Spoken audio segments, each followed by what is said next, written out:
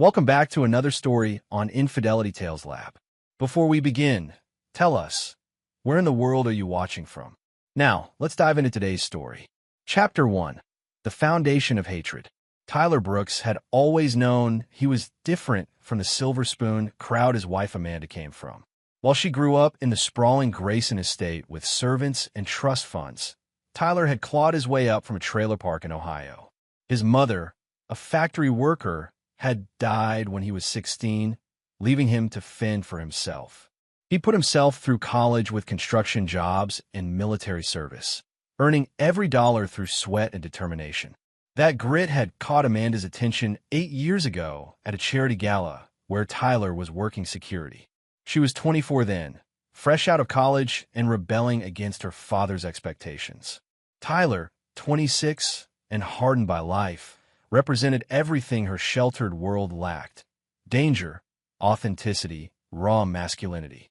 Robert Grayson, Amanda's father and heir to a shipping fortune, had disapproved from day one.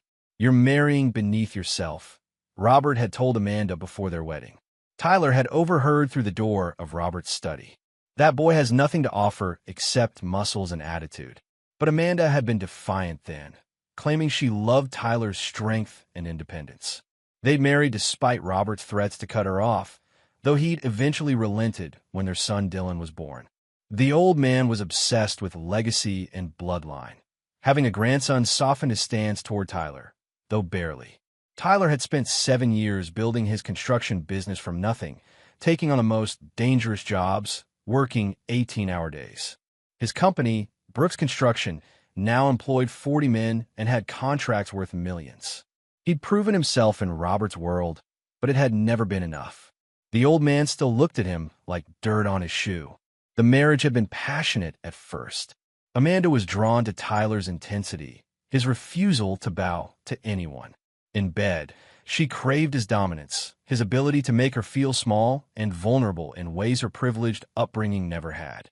But as the years passed and Tyler's business consumed more of his time, cracks began to show. Amanda started attending more social events alone, reconnecting with old friends from her elite circle. She complained about Tyler's long hours, his calloused hands, his preference for beer over wine. The woman who once found his roughness exciting now seemed embarrassed by it at dinner parties and charity functions. Tyler noticed, but said nothing. He'd learned early that words were worthless, actions mattered. He continued building his empire, believing that success would eventually earn Robert's respect and secure his family's future. He loved Dylan fiercely and thought Amanda's complaints were just temporary frustration. He was wrong about many things, but never about the importance of loyalty. In Tyler's world, betrayal was the ultimate sin, punishable by complete destruction. His father had abandoned his mother when Tyler was 10, leaving them in poverty. Tyler had sworn he'd never forgive such weakness, such cowardice. That moral code would prove crucial in the storm to come. Chapter 2. Cracks in the Foundation. The first real sign of trouble came 6 months before the inheritance announcement. Tyler had returned home early from a job site, his clothes covered in concrete dust, when he heard Amanda on the phone in her study. Her voice carried a tone he'd never heard before, intimate, conspiratorial. "I can't keep pretending much longer," she was saying. "Tyler suspects nothing, but Dylan is starting to ask questions about why I'm gone so much." Tyler had frozen outside the door, his hand on the knob. Through the crack, he could see Amanda pacing, one hand running through her blonde hair in a gesture he recognized as nervous excitement. "No, he's too focused on his business to notice anything else," she continued. "Besides, even if he did find out, what could he do? Father controls everything that matters in this town." The conversation had lasted another 10 minutes, filled with hushed promises and plans for secret meetings. Tyler had retreated to his workshop in the garage, his mind racing. The Amanda he'd married wouldn't have been capable of such deception, but people changed. Money and comfort had a way of corrupting even the strongest character. That night, he'd tested her, asking casual questions about her day, her plans for the weekend. She'd lied smoothly, mentioning book clubs and charity committees. Tyler had smiled and nodded, filing away every falsehood for future reference. Over the following weeks, Tyler began documenting Amanda's lies with methodical precision. He installed tracking software on her phone, small cameras in her car, and began following her occasionally. What he discovered made his blood run cold with rage. Amanda was having an affair with David Hensley, Robert's personal attorney and longtime family friend. Hensley was married with 2 teenage daughters, a pillar of the community who gave speeches about family values at the country club. The hypocrisy was staggering, but what truly enraged Tyler was the location of their meetings. They were using Dylan's bedroom in the old Grayson family cabin for their encounters, defiling the space where Tyler's son had played and slept during family visits. The thought of his wife and her lover rutting in his child's bed like animals filled Tyler with a murderous fury that took all his self-control to contain. But Tyler was a patient man when he needed to be. He'd learned in the military that emotion was the enemy of effective action. Instead of confronting them immediately, he began gathering evidence, planning his response with the same methodical approach he used for his most complex construction projects. He discovered that the affair had been going on for 2 years, starting shortly after Hensley's wife had been diagnosed with early-onset Alzheimer's. Amanda and David had bonded over the burden of caring for broken people, as Tyler overheard in one recorded conversation. They spoke about Tyler and David's wife as obstacles to their happiness, inconveniences to be managed until they could be together openly. The depth of their callousness was breathtaking. Amanda complained about Tyler's crude behavior and embarrassing background, while David assured her that once his wife's condition worsened enough to require full-time care, they could begin planning their future together. They spoke about Dylan as a complication, discussing how to minimize Tyler's influence over his own son. Tyler began sleeping separately from Amanda, claiming work stress and early mornings. She seemed relieved rather than concerned, which told him everything he needed to know about the state of their marriage. But he continued playing the role of the oblivious husband, even as he planned their destruction with increasing detail. The ammunition he was gathering would be devastating when deployed correctly. But Tyler wanted more than just a divorce and custody battle. He wanted total victory, complete destruction of everyone who had betrayed him. For that, he would need to be patient a little longer. Chapter 3. The Moment of Truth. The day of Robert Grayson's inheritance announcement arrived with October rain hammering the windows of the family estate.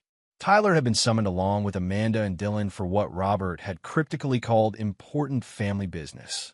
The old man's health had been declining rapidly over the past year, and Tyler suspected this was about end-of-life planning. The estate's main parlor was formal and intimidating, filled with dark mahogany furniture and oil paintings of long-dead Graysons.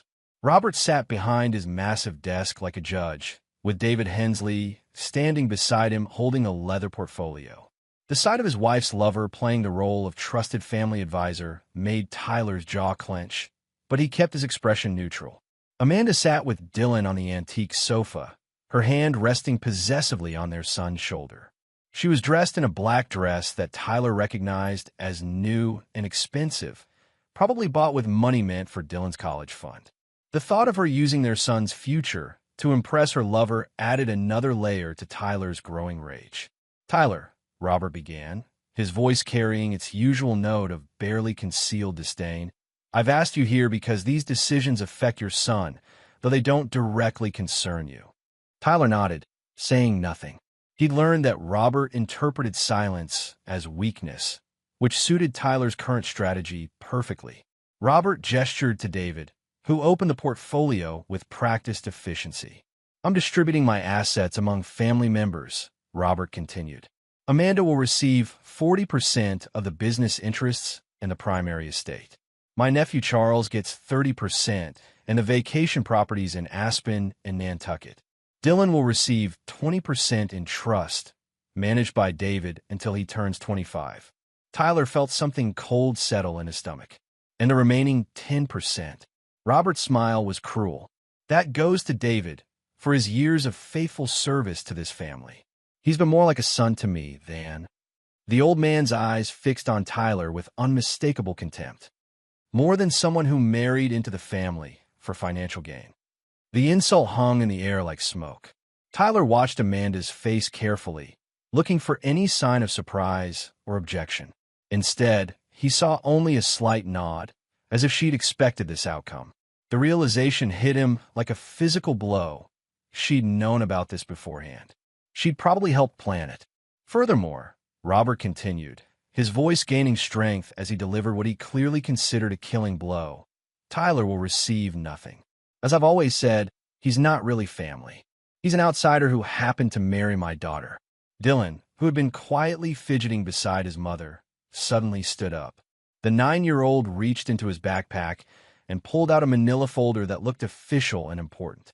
Tyler watched in amazement as his son walked directly to Robert's desk. "Grandma told me to give this to you if you ever excluded Dad again," Dylan announced with the simple clarity that only children possessed. Robert's face went from smug satisfaction to confusion as he took the folder. "What are you talking about, boy? Your grandmother has been dead for 3 years. She gave it to me before she got sick," Dylan explained. "She said it was important and that I should keep it safe until I needed it. She said you try to hurt Dad someday because you never understood what made people strong." Tyler watched his father-in-law's face transform as he opened the folder and began reading. Robert's usual ruddy complexion drained to ash gray, and his hands started trembling. David moved closer to read over his shoulder, and Tyler saw the lawyer's confident expression crumble into something approaching terror. "Where did you get this?" Robert whispered, his voice barely audible. Dylan shrugged with 9-year-old indifference. "Grandma's secret safe in her sewing room. She showed me how to open it and told me this was for Dad if you ever tried to be mean to him." Amanda leaned forward, her face showing the first sign of genuine concern Tyler had seen from her in months. "Daddy, what is it?" But Robert couldn't answer. He was staring at the documents in the folder as if they were a death sentence. David had gone completely pale and was backing away from the desk like he'd seen a ghost. Tyler remained seated, watching the drama unfold with growing fascination. Eleanor Grayson had died of cancer when Dylan was 6, but she'd been lucid and sharp until the very end. Tyler had always suspected she saw through her husband's business dealings more clearly than anyone realized. "Well," Tyler said finally, his voice cutting through the stunned silence. "Are you going to share what my son just delivered, or do I need to have my own lawyers examine it?" The threat was subtle but unmistakable. Robert looked up at Tyler with new eyes, as if seeing him clearly for the first time. Whatever was in that folder had shifted the balance of power in the room completely.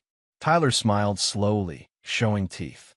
For the first time since entering the Grayson family circle, he held all the cards. Chapter 4. Revelations and Recalculations. The silence in the parlor stretched until Robert finally spoke, his voice hollow and defeated. "Eleanor knew," he whispered. "She knew everything." Tyler rose from his chair and approached the desk with deliberate slowness. Up close, he could see sweat beading on Robert's forehead despite the October chill. "Knew what exactly?" David tried to intervene, his lawyer instincts kicking in despite his obvious panic.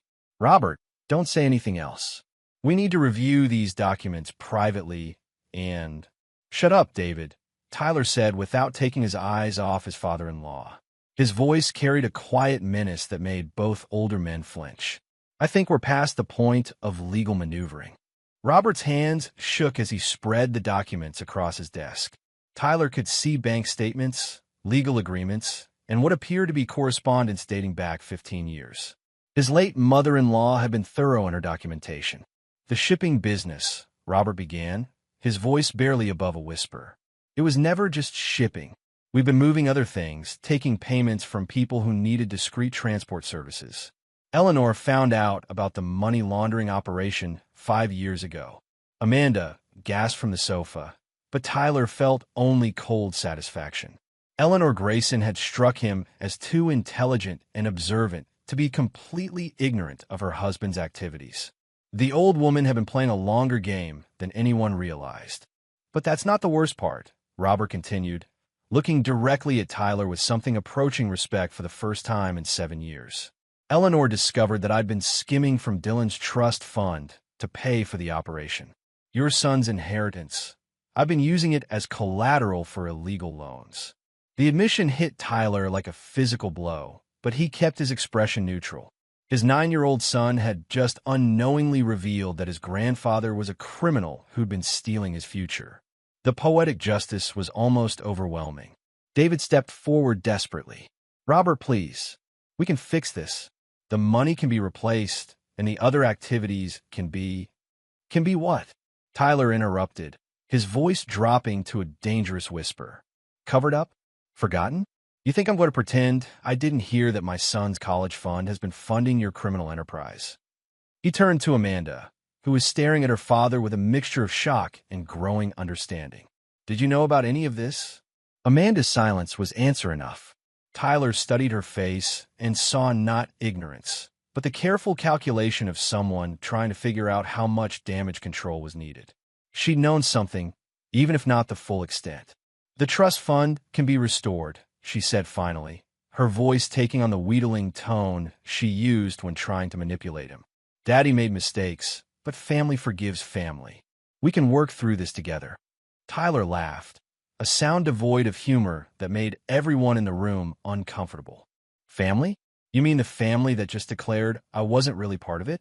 The family that's been stealing from my son while treating me like hired help?" Dylan, who had been watching the adult drama with wide eyes, spoke up from the sofa. "Dad, are you mad at Grandpa?" Tyler's expression softened as he looked at his son. "I'm disappointed, Dylan. Very disappointed. But not in you. You did exactly what your grandmother asked you to do." He turned back to Robert and David, his face hardening again. "Here's what's going to happen. First, you're going to transfer 51% ownership of all business assets to me, effective immediately. Consider a compensation for the theft and years of disrespect." "That's impossible," David protested. "The business structure doesn't allow for—" "Then restructure it," Tyler snapped. "You're a lawyer, aren't you? Find a way." "Second, Dylan's trust fund will be restored with 20% interest, and control will transfer to me as his father." Robert found his voice again, some of his old arrogance returning. "And if I refuse, you'll go to the authorities?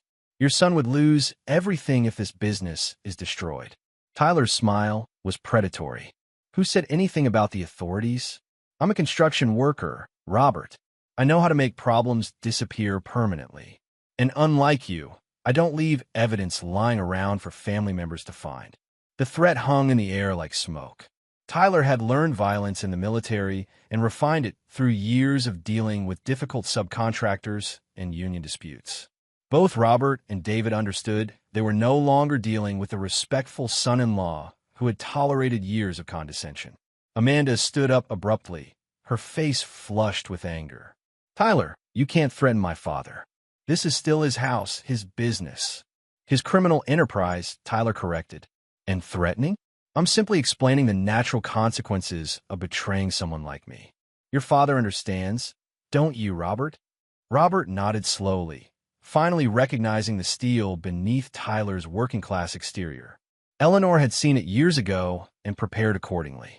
She'd known her husband would eventually push too far and had given her grandson the tools to protect his father. "There's one more condition," Tyler added, his voice dropping to barely above a whisper. "David resigns from all positions related to this family and its business, effective immediately. His services are no longer required." David's face went white as he realized the implications. Without the Grayson account, his law practice would collapse within months. More importantly, his connection to Amanda would be severed permanently. Tyler glanced at his wife, who was staring at David with panic in her eyes. She was beginning to understand that her carefully constructed double life was crumbling around her. The game had changed completely, and Tyler was no longer playing defense. Chapter 5. The Web Titans. 3 days after the inheritance meeting, Tyler sat in his home office reviewing the legal documents that would transfer control of the Grayson Empire to him. David had been forced to draft the papers under threat of exposure, his hands shaking as he signed away everything Robert had spent decades building. But Tyler's real focus was on the evidence he'd been gathering about Amanda's betrayal. The folder from Eleanor had contained more than just proof of Robert's crimes. Hidden among the financial documents were photographs, Amanda and David at various hotels over the past 2 years, time-stamped and dated with Eleanor's meticulous handwriting. The old woman had been documenting the affair long before Tyler had discovered it, preparing for this moment with surgical precision.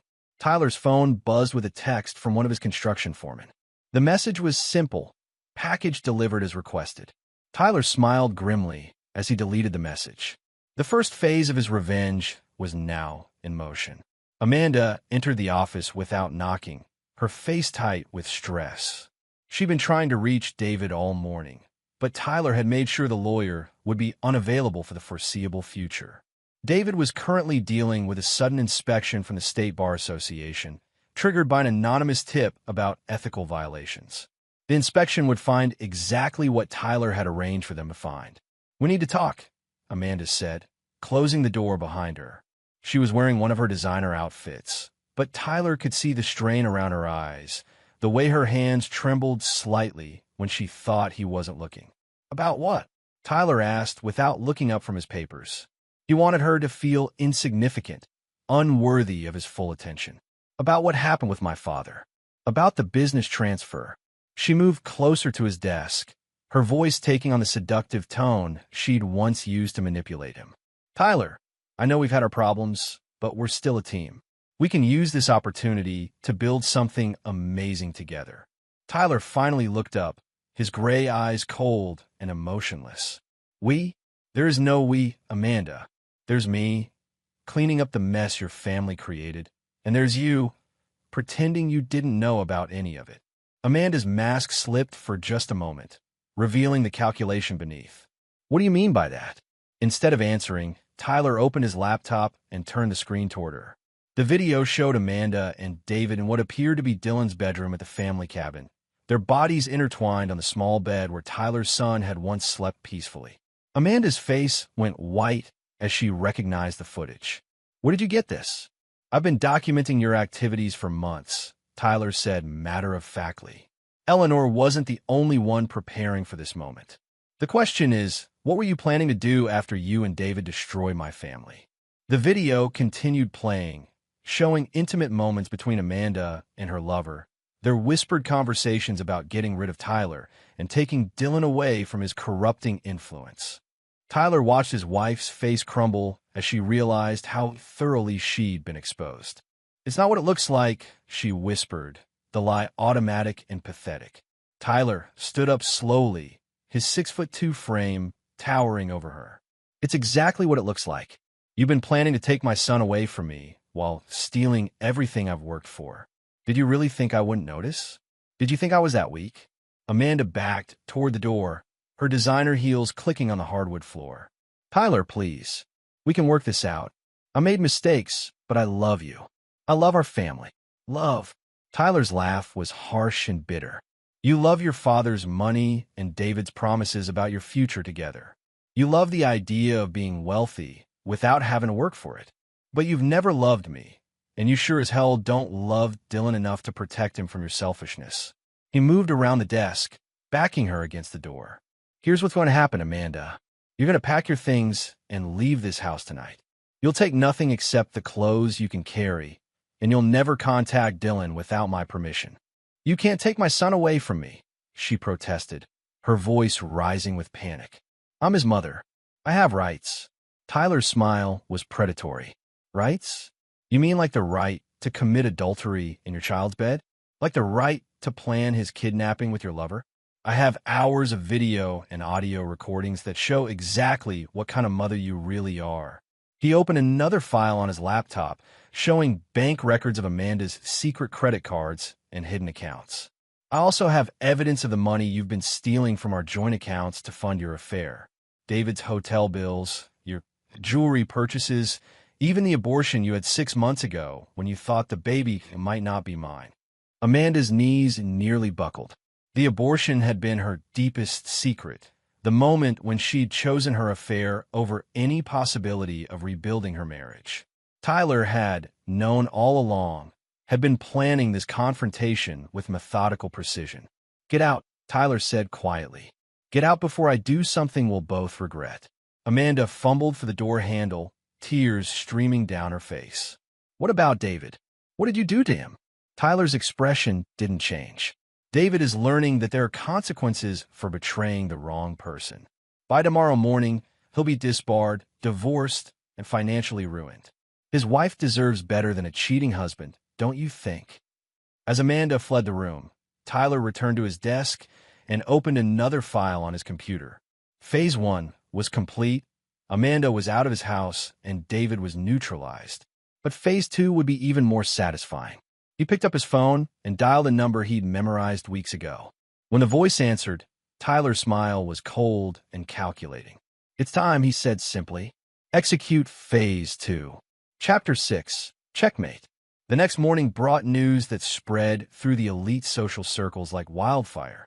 David Hensley had been found in his office at 3 a.m., frantically shredding documents and trying to transfer money to offshore accounts.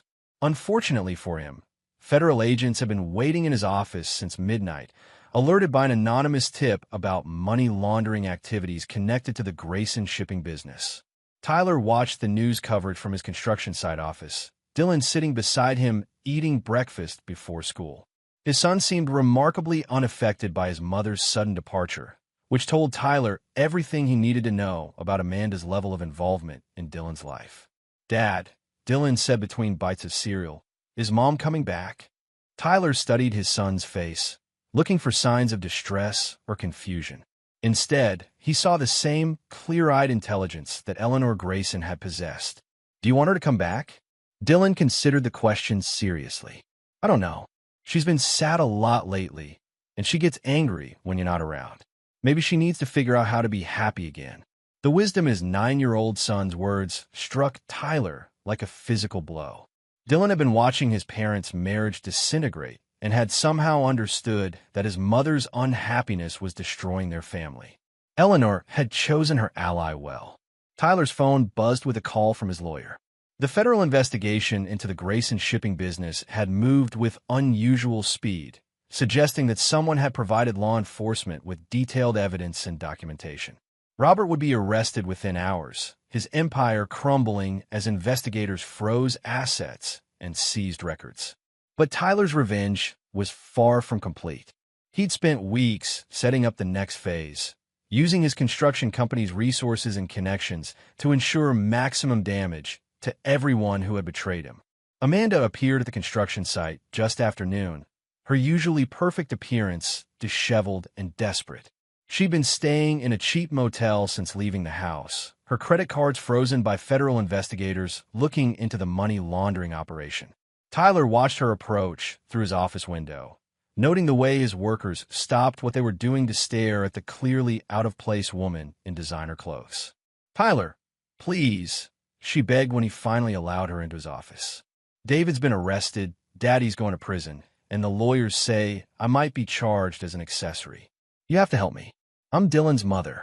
Tyler leaned back in his chair, studying her with the same cold assessment he'd use on a building foundation that was about to collapse. "Help you? After everything you've done?" "I know I made mistakes," Amanda continued, desperation making her voice shrill. "But I was confused, lonely. You were never home, always working. David offered me attention, made me feel special. It didn't mean anything." "It meant everything," Tyler corrected.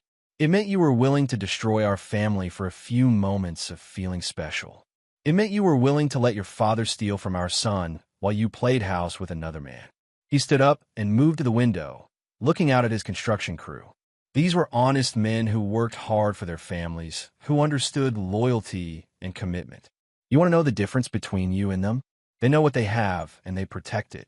You threw away everything real for something fake." Amanda moved closer, her hand reaching for his arm. "Tyler, I'm begging you. I'll do anything to make this right. I'll sign any papers you want, give you full custody, anything. Just don't let them destroy me completely." Tyler turned to face her, his expression unreadable. "Destroy you? Amanda, you destroyed yourself. I just made sure there were consequences." He opened his desk drawer and pulled out a thick envelope. "Your divorce papers. I'm offering you a choice. Sign them now and walk away with a small settlement. Or fight me in court and lose everything while the federal investigation expands to include your role in the money laundering." Amanda's face crumbled as she realized the extent of Tyler's planning. You orchestrated all of this. The investigation, David's arrest, everything. I provided law enforcement with evidence of crimes that were actually committed, Tyler clarified. Your father chose to become a criminal. David chose to help him. You chose to betray your family. I just made sure the truth came to light. 2 years had passed since Tyler's divorce, and Dylan was thriving in his new life. The 11-year-old had grown taller and stronger, showing early signs of inheriting his father's physical presence and mental toughness. His grades were excellent, his friendships healthy, and his relationship with Tyler had deepened into something approaching genuine partnership. Amanda, meanwhile, had descended into a spiral of poverty and desperation that Tyler monitored with clinical detachment. She'd been forced to declare bankruptcy after failing to find stable employment. Her reputation in the business community thoroughly destroyed by Tyler's methodical campaign.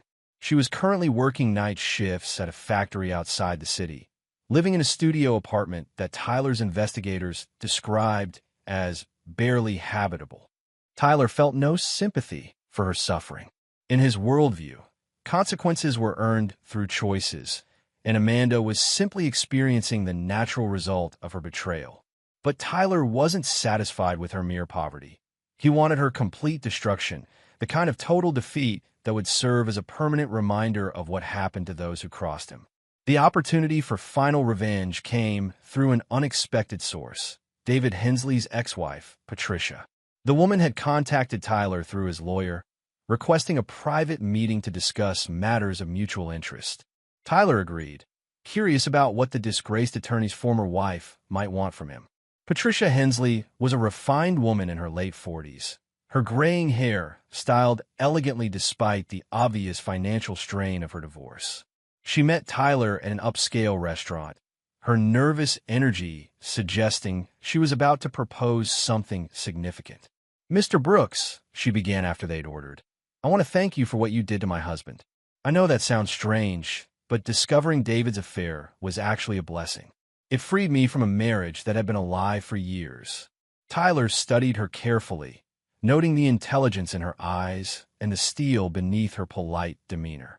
What do you want, Mrs. Hensley? It's Patricia now. I've taken back my maiden name. And what I want is justice for both of us. She leaned forward, her voice dropping to barely above a whisper. David has been writing letters to Amanda from prison. Love letters, promising her that he'll wait for her, that they'll be together when he gets out. Tyler felt his jaw tighten. The idea of David and Amanda maintaining their relationship despite everything that had happened was intolerable. How do you know about the letters? Because I still receive his legal correspondence. We're not divorced yet, just separated pending the completion of his sentence. The prison officials copy me on everything he sends or receives. Patricia smiled coldly. David thinks he's been clever, but I've been documenting every communication. She reached into her purse and pulled out a thick envelope. Copies of every letter he's sent to Amanda over the past 18 months. They discuss plans for when he's released, where they'll live, how they'll start over together. But more importantly, they discuss Dylan. Tyler's blood ran cold. What about Dylan? They plan to take him, Patricia said quietly. Not kidnapping, exactly, but they want to convince him that you're the villain who destroyed his family. David has been researching ways to challenge your custody, claiming that your methods of obtaining the divorce were illegal or coercive. The envelope felt heavy in Tyler's hands as he opened it and began reading. David's handwriting was precise and lawyerly, but the emotions behind the words were clear. He genuinely believed he and Amanda were victims of Tyler's vindictive persecution, and he was planning to help her reclaim her son once his sentence was complete. Why are you showing me this? Tyler asked, though he suspected he already knew the answer. Because I want David to suffer the way I suffered when I discovered his betrayal, Patricia replied, her voice hardening. He destroyed our family for a fantasy, and I want that fantasy to become a nightmare. Will you help me? Tyler studied the woman across from him, recognizing a kindred spirit in her desire for complete revenge. What did you have in mind? Patricia's smile was predatory. David gets out in 5 years. Amanda is barely surviving on her current salary, but she's holding on to hope that David will save her when he's released. What if we made sure that hope turned into the most devastating disappointment possible? She outlined her plan with the precision of someone who had been thinking about revenge for months. Tyler would use his connections to monitor Amanda's communications and movements, while Patricia would feed David false information about Amanda's loyalty and devotion. When David was finally released, he would discover that the woman he'd been dreaming about had moved on completely, leaving him with nothing. But the real blow, Patricia continued, will be when David realizes that Amanda never loved him at all. She was using him to get access to family money and social status. When those things disappeared, so did her interest in him. Tyler considered the proposal carefully. It was elaborate, requiring years of careful manipulation, but the psychological impact would be devastating. David would lose not only his freedom and career, but also his faith in the one relationship he believed had made his sacrifices worthwhile. "There's one modification I'd like to make," Tyler said finally. "Dylan needs to understand who his mother really is, not just that she chose poorly. I want him to see the evidence of her manipulation and selfishness so he never doubts that I made the right choice in protecting him." Patricia nodded approvingly. A son should know the truth about his parents. David's daughters certainly learned the truth about their father. They shook hands across the table, sealing an alliance built on mutual desire for complete destruction of their betrayers. Tyler felt a familiar sense of satisfaction as he imagined David's face when he finally understood that his 5-year sentence had been only the beginning of his punishment. Tyler Brooks had built his life on the principle that betrayal demanded absolute consequences. Now, he had a partner who understood that principle just as clearly as he did. Chapter 9. Perfect Justice. 5 years later, Tyler stood in the main office of Brooks Industries, the empire he'd built from the ruins of the Grayson shipping business. Dylan, now 16 and nearly as tall as his father, was reviewing college applications at the conference table. The boy had inherited Tyler's work ethic and intelligence, earning straight A's while also excelling in athletics and leadership activities. The final phase of Tyler's revenge was reaching its conclusion. David Hensley had been released from prison 6 months ago, emerging to discover that the world he'd left behind had been completely transformed. His law license was permanently revoked, his assets seized, and his reputation destroyed beyond repair. More devastatingly, Amanda was gone. Patricia Hensley had executed her part of their plan with artistic precision. Through careful manipulation of David's correspondence and strategic leaks of information, she'd convinced the imprisoned attorney that Amanda was waiting faithfully for his return. David had spent 5 years writing love letters to a woman who had stopped reading them after the first year. She reached for the envelope with shaking hands, scanning the divorce settlement terms. Tyler was offering her $50,000 and her personal belongings, a fraction of what she might have claimed in a normal divorce, but more than she'd have after legal fees and potential criminal charges. "If I sign this, what happens to Dylan?" Tyler's expression softened slightly when he mentioned his son. "Dylan stays with me. You can have supervised visitation once a month, assuming you stay out of trouble and prove you can be stable. He deserves better than watching his mother chase after men who make empty promises." Amanda signed the papers with tears streaming down her face, her designer pen scratching across the documents that ended her marriage and sealed her fate. Tyler watched without emotion, feeling only the cold satisfaction of a job completed thoroughly. As she prepared to leave, Amanda turned back one final time. What if I had chosen differently? What if I had ended the affair and tried to save our marriage? Tyler considered the question seriously. Then we wouldn't be here. But you didn't choose differently, Amanda. You chose to betray the people who loved you most. That choice has consequences.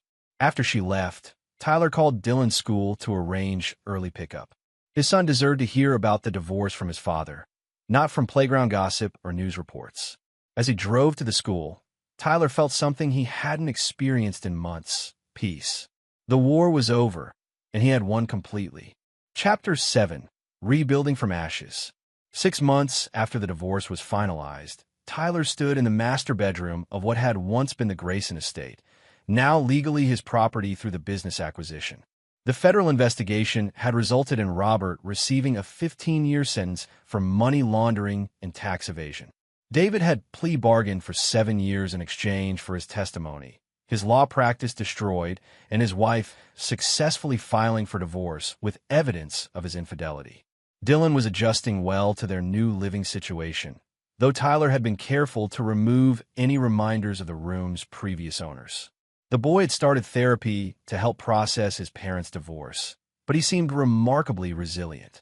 His relationship with Tyler had grown stronger through the ordeal, built on honesty and mutual respect rather than the conditional love he'd received from his mother and grandfather. Amanda had violated the terms of their divorce agreement within 3 months, attempting to contact Dylan directly through social media and trying to turn him against Tyler with sob stories about how his father had ruined her life. Tyler had responded by having her supervised visitation rights revoked entirely, a decision the family court judge supported after reviewing the evidence of her continued manipulation attempts. Tyler's construction business had expanded rapidly with the addition of the shipping company's legitimate assets. He'd sold off the properties connected to illegal activities and used the proceeds to establish a college fund for Dylan that dwarfed what Robert had originally intended. More importantly, Tyler had complete control over every aspect of his and his son's lives for the first time since his marriage began. But Tyler wasn't finished with his revenge. Amanda had found work as a real estate agent in a neighboring city, trying to rebuild her life with a modest apartment and a 10-year-old sedan. She'd attempted to date several men, but Tyler's reputation and connections in the business community made it difficult for her to find anyone willing to risk association with the ex-wife of someone known for his ruthless response to betrayal.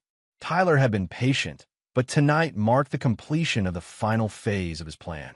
He discovered that Amanda was planning to leave the state, taking a job offer in California where she hoped to start fresh. Tyler couldn't allow her to escape the consequences of her actions so easily.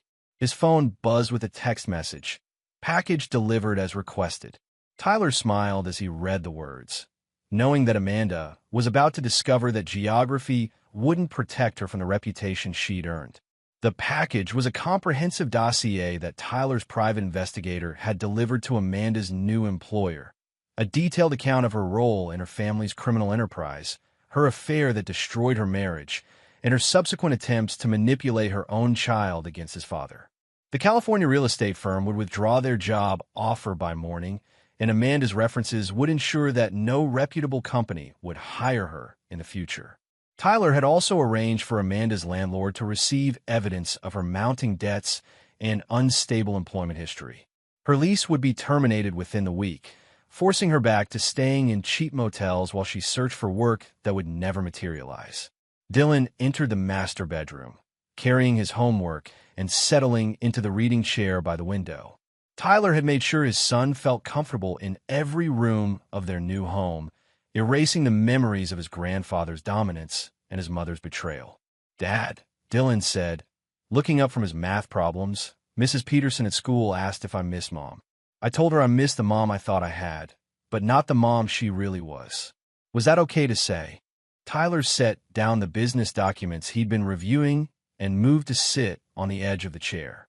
His son's emotional intelligence continued to amaze him, the boy's ability to articulate complex feelings with simple honesty. "That was very wise," Tyler said seriously. "People change, and sometimes we have to accept that the person we loved isn't the person they became. It's okay to miss what we thought we had while being glad we don't have to live with the reality." Dylan nodded and returned to his homework, the conversation complete in the way that only children could manage. Tyler watched his son work, feeling a fierce protectiveness that burned like fire in his chest.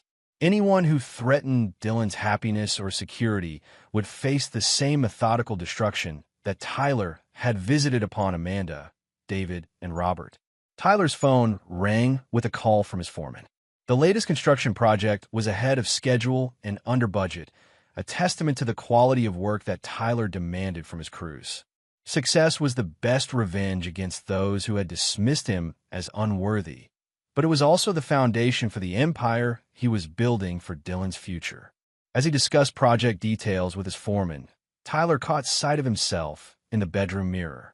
The man looking back was harder than the one who had married Amanda 8 years ago, scarred by betrayal but strengthened by victory.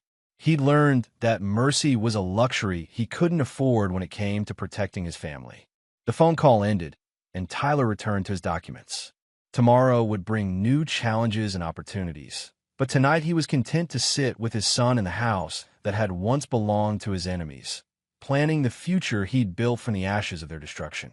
Tyler Brooks had never been one to forgive or forget, and tonight that fact brought him complete peace. Chapter 8. The Hunter's Patience. Tyler had arranged for Amanda to meet Marcus Webb, a wealthy widower who owned a chain of restaurants in Arizona.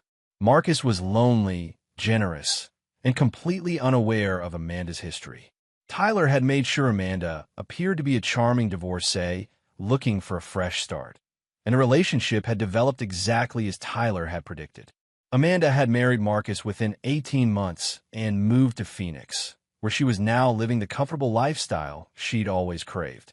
She rarely mentioned her first marriage or her son, telling Marcus only that her ex-husband had been controlling and that custody issues made contact with Dylan complicated.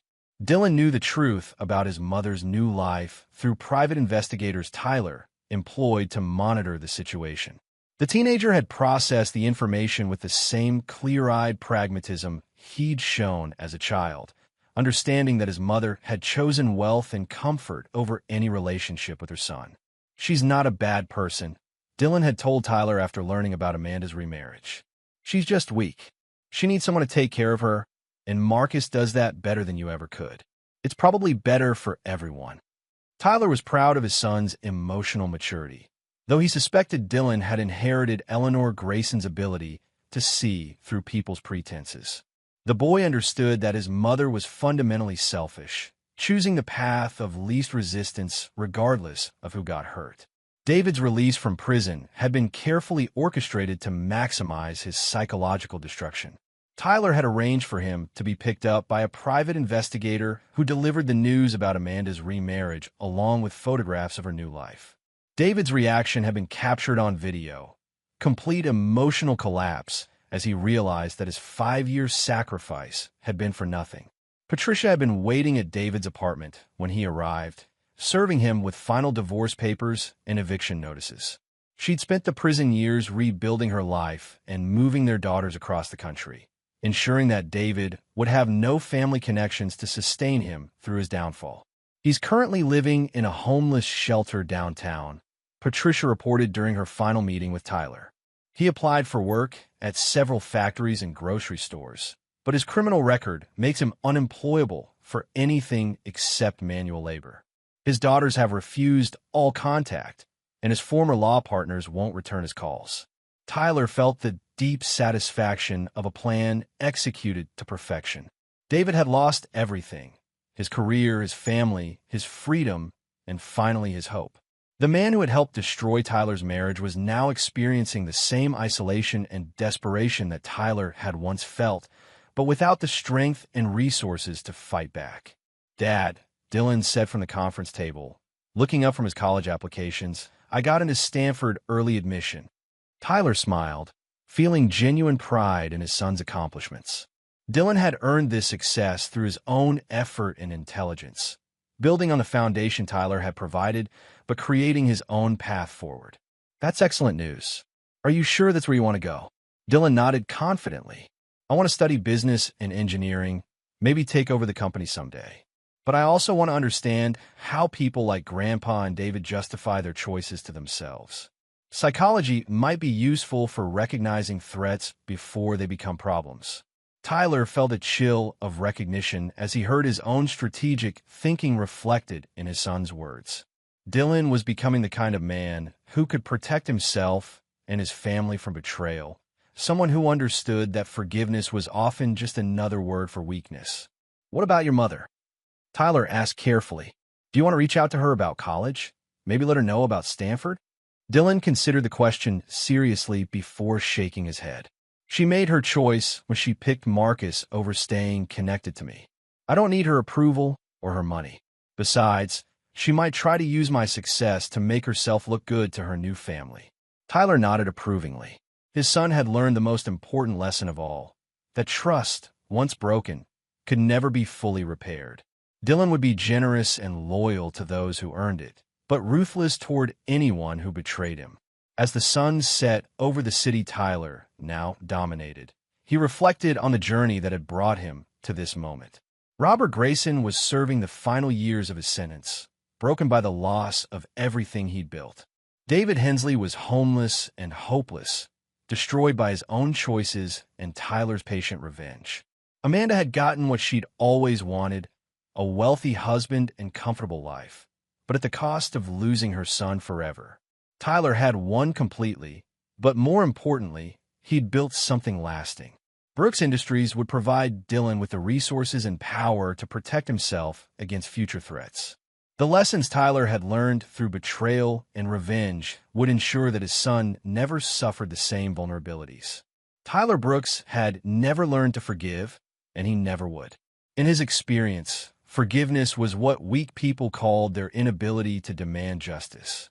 He'd chosen a different path, one that led to complete victory over everyone who had ever underestimated him.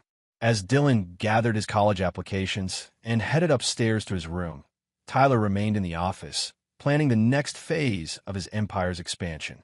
Tomorrow would bring new challenges and opportunities, but tonight he was content with the knowledge that he'd built a legacy that would protect his family for generations. The boy who'd grown up in a trailer park had become a man who owned the mansion, the business, and the power to destroy anyone who threatened what he'd built. And Dylan would inherit not just the wealth, but the knowledge of how to keep it. Tyler Brooks had learned that in a world full of betrayers and users, the only safety came from being strong